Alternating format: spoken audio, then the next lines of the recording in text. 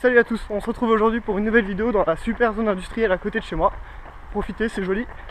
On va parler non pas de running, malgré que je suis en train de courir, mais plutôt d'une activité qui m'accompagne pendant mes runs, mais aussi pendant mes voyages, pendant mes balades. C'est une activité que vous pouvez pratiquer n'importe où dans le monde. Ça s'appelle le géocaching, on en parle tout de suite.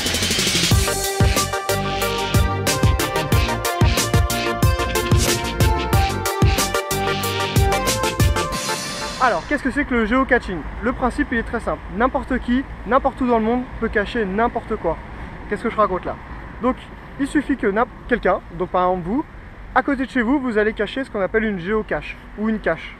Vous allez sur le site de géocaching, vous indiquez les coordonnées GPS de cette cache et les gens vont venir la chercher. Il n'y a rien à gagner, c'est souvent juste un petit bout de papier où il faut écrire son nom pour dire qu'on l'a trouvé et ensuite on dit sur le site qu'on l'a trouvé.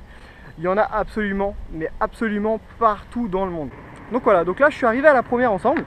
Comme vous pouvez voir, ma montre m'indique que je suis à 13 mètres. Donc je vais aller la chercher, je pense, alors désolé pour ceux qui habitent près de chez moi, je vais vous spoiler quelques géocaches, mais je pense qu'elle est ici. Alors des fois c'est pas simple du tout à trouver. Donc pour info, les géocaches là, je ne les ai jamais faites, hein.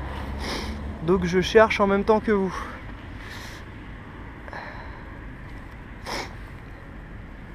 Ok. Donc voilà, j'ai trouvé la petite géocache. On va l'ouvrir.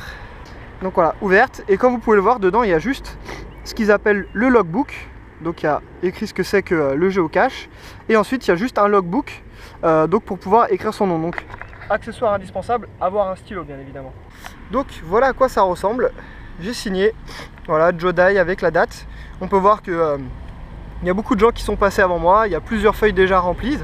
Et voilà, une fois qu'on l'a trouvé, et ben on va tout simplement le ranger et le remettre exactement là où on l'a trouvé, en essayant de le cacher aussi bien pour que la surprise soit intacte pour les prochaines personnes qui viendront chercher. Je l'ai bien remise, je remets bien la petite planche de bois. Donc il faut faire attention aux gens qui sont autour de nous pendant qu'on cherche les géocaches. Sur le site ils appellent ça des moldus, c'est assez rigolo. Donc il faut faire attention aux moldus parce que si jamais ils vous voient en train de chercher quelque chose et qu'ils viennent après, ils peuvent le prendre, l'enlever, le déplacer, enlever la cache, et en fait bah, c'est pas bon pour les prochains qui passeront. Donc méfiance avec les moldus. On va pas s'arrêter là, on va aller en faire une deuxième. Je vais programmer ma montre et donc on va aller au deuxième. Naviguer. Et voilà, 3 km avant d'y arriver. C'est parti! Donc j'en profite d'être sur le trajet vers la deuxième géocache pour vous donner quelques petites infos en plus. Donc là, la géocache qu'on a faite, c'était une cache assez simple. C'était une boîte de pellicule photo, j'avais les coordonnées GPS. Des fois il y a un indice en plus, là il n'y en avait pas il me semble. Mais des fois c'est beaucoup plus compliqué, elles sont beaucoup plus petites. Mais des fois elles sont beaucoup plus grosses, des fois c'est des boîtes dans lesquelles on peut mettre des objets. Donc vous pouvez mettre des objets ou vous pouvez en prendre, s'il y a des gens qui en ont laissé avant vous.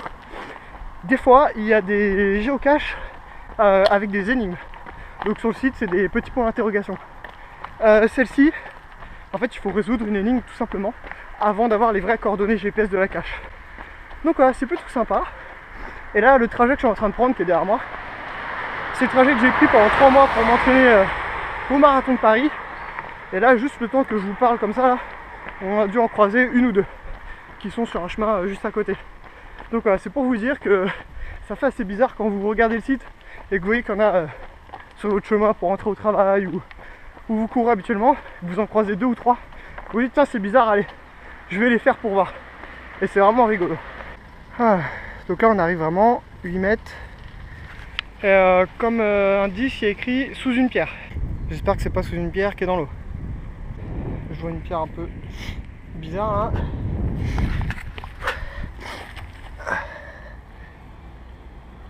Tada! Elle a été cachée par Jacques et Pat.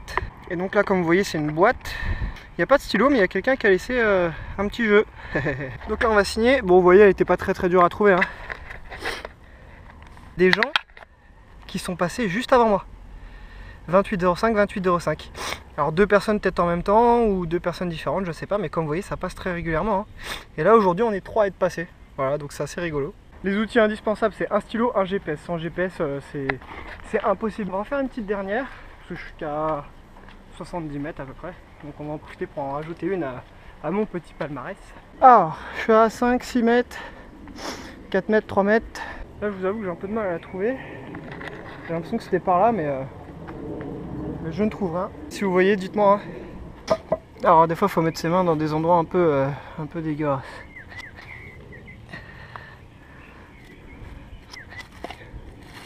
Ah, bah voilà. Tadam. Et là, dedans, comme vous pouvez voir, il y a des gens qui ont mis des petits jouets. Bon, ils mettent un peu n'importe quoi, hein, mais bon. Et donc, voilà, je remets bien la petite pierre par-dessus pour les prochains. Voilà.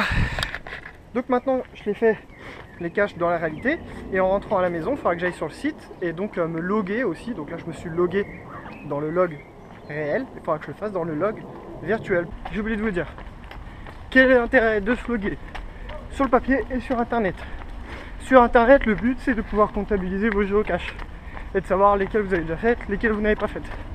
Sur le papier, l'intérêt c'est que la personne qui a créé la géocache ne vous supprime pas sur internet si vous n'êtes pas écrit sur le papier. Parce qu'il n'y a pas de code, il n'y a rien. En gros là, en rentrant si je veux, je mets que j'ai trouvé toutes les géocaches du monde. C'est nul de tricher, surtout qu'il n'y a aucun intérêt. Donc voilà, pour éviter la triche, il faut se loguer sur les deux. Le papier, dans la réalité, et sur internet. Et là on est sûr que vous l'avez trouvé. Voilà. Donc voilà, donc là sans compter le retour que je suis en train de faire, j'ai couru 8 km, on a fait 3 géocaches ensemble, mais en réalité on en a croisé une bonne dizaine, voire une quinzaine à peu près. Il y en a absolument partout, c'est sûr il y en a à côté de chez vous. Inscrivez-vous sur le site, rajoutez-moi en ami, c'est Jodai, ça sert à rien à part que je puisse voir combien vous avez fait de géocache. J'espère que cette petite vidéo vous a plu, c'est une activité un peu bizarre, pas habituelle, mais voilà, je trouve ça super sympa à faire avec, si vous avez des enfants, avec les enfants ça marche super bien avec ça. Donc voilà, j'espère que ça vous a plu, on se retrouve la semaine prochaine pour une nouvelle vidéo. Ciao.